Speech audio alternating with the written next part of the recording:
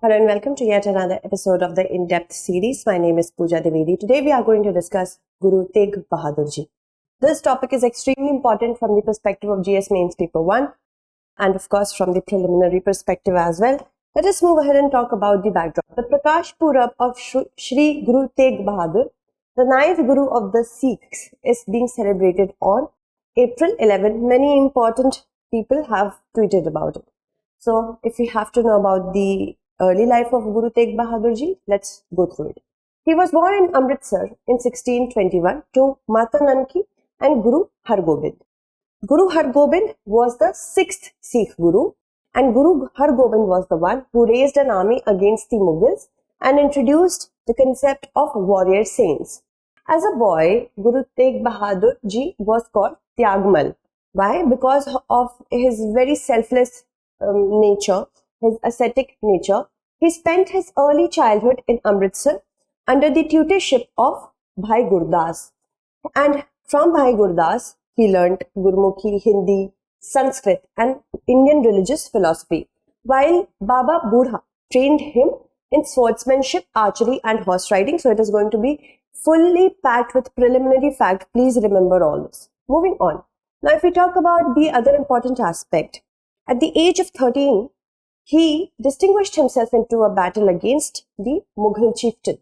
His bravery and heroic swordsmanship in the battle earned him the title of Tegh Bahadur, which means Tegh actually is the word which means sword in Punjabi.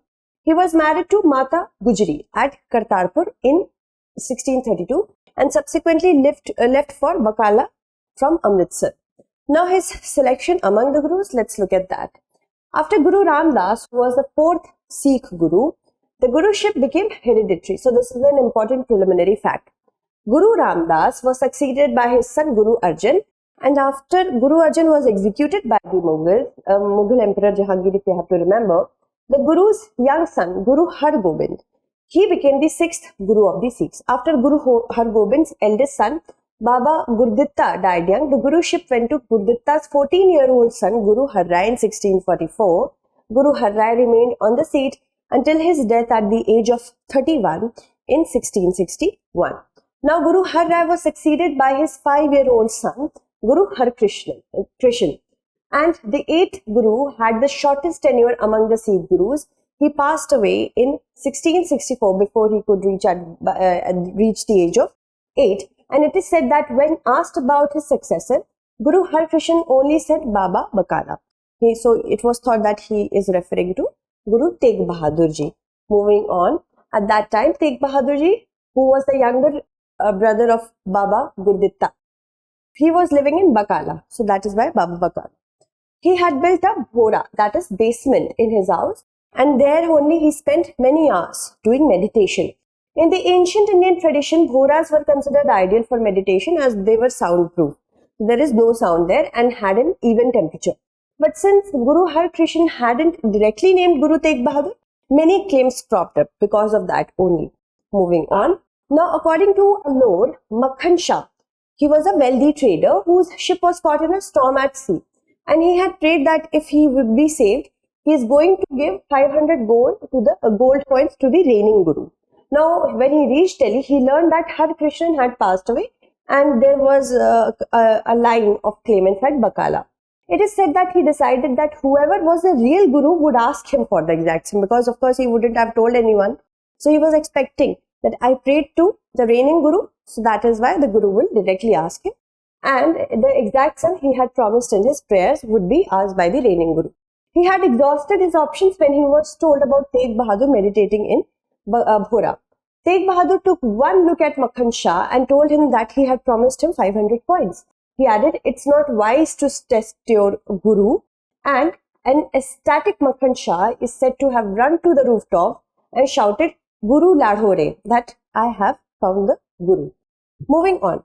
Now, soon afterward, Tegh Bahadur Ji moved to Kartarpur Sahib, and in 1665, on the invitation of Raja Bhim Chandra Pahlur, he was a devotee, well-known devotee, he bought land at Makhowal village and named it Chak Nanki, which is now Anandpur Sahib.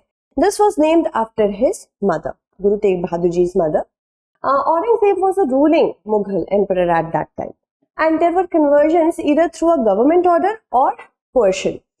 When people were charged with some crime or misdemeanor, they would be pardoned if they converted. So this was a way of converting them.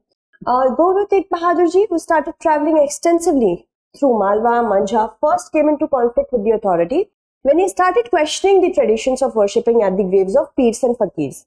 And he was not in favor of this practice and urged his followers to be nirbhav, that is fearless, and nirvair, that is without envy.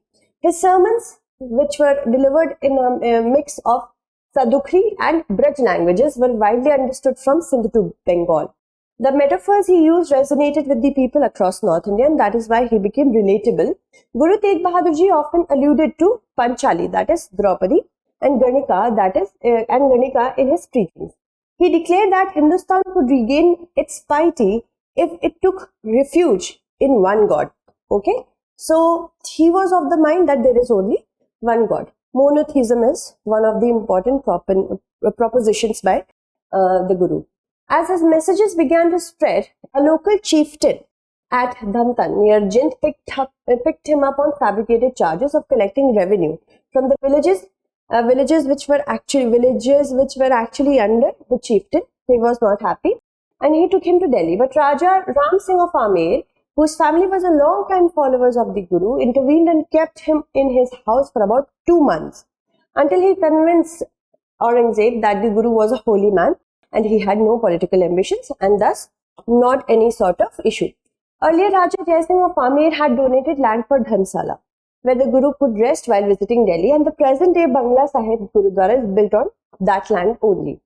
Now, a little more than a year after setting up its headquarters in the present-day Anandpur Sahib in 1665, he spent 4 odd years travelling up to Dhaka in the east and also going to Puri in Orissa. So he travelled a lot. Moving on, he also visited Mathura, Agra, Banaras, Allahabad, now Prayagraj, and Patna, where he left his wife and her brother in the care of the local people, and Guru Gobind Singh was born in Patna only in 1666. While the Guru was on the way back from Dhaka, Raja Ram Singh sought his help to broker a truce with the home king also. Now, Gurudwara Dhubri Sahib is on the banks of the Brahmaputra. It commemorates this peace accord only. So this is a preliminary fact. The Guru was also honoured at Guwahati's Kamakhya temple. And the Guru rushed back to Punjab on learning about increasing atrocities by the Mughals, according to some historians.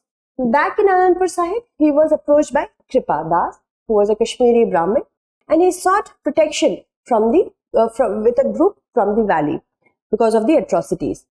Kripa Das told Guru Tegh Bahadur Ji that local chieftains had told him to convert or face retribution. The Guru assured Kripa Das that his group office will be given protection, and they told him to tell the Mughals that they should first try to convert the Guru and then only convert Kripa Das and others. Aurangzeb considered this as a challenge to his authority, and according to the Shri Gur Bilas Patshahi Dasmi, which is a biography of the Guru Gobind Singh by Kavi Sukh Singh, which was written in 1797, the Guru himself went to Delhi, where he revealed his identity and was arrested by the Mughals. Now he was tortured to death and beheaded at Chandni Chowk. Along with his 3 very important companions, Bhai Mati Das, who was torn asunder, Bhai Sati Das, who was burnt alive, and Bhai Dyalaji, who was put in boiling water. They were asked to convert and they would be forgiven, but none of them accepted this. Gurdwara Seesganj was built on the site on which they were executed in 1783. Now, if we talk about the confusion with respect to martyrdom, Guru Tegh Bahadur Ji's martyrdom along with others, until a decade or so ago, it was believed that it should be observed on November 11th. Nanak Shahi calendar to fix dates of important events have been propounded, and the Guru's martyrdom since then has been observed on November 24th. And this is through Vichitra. This book, Vichitra Natak, was written by Guru Gobind Singh, the 10th Guru, and he founded the Khalsa. In Vichitra Natak only, he referred to his father by saying, Dharam het sake jin kiya, sees diya par sir nahi diya. That means he sacrificed his life for dharma, but he gave up his head, but not his honor. Okay. So I hope you understood this topic. That's it. Thank you so much for watching.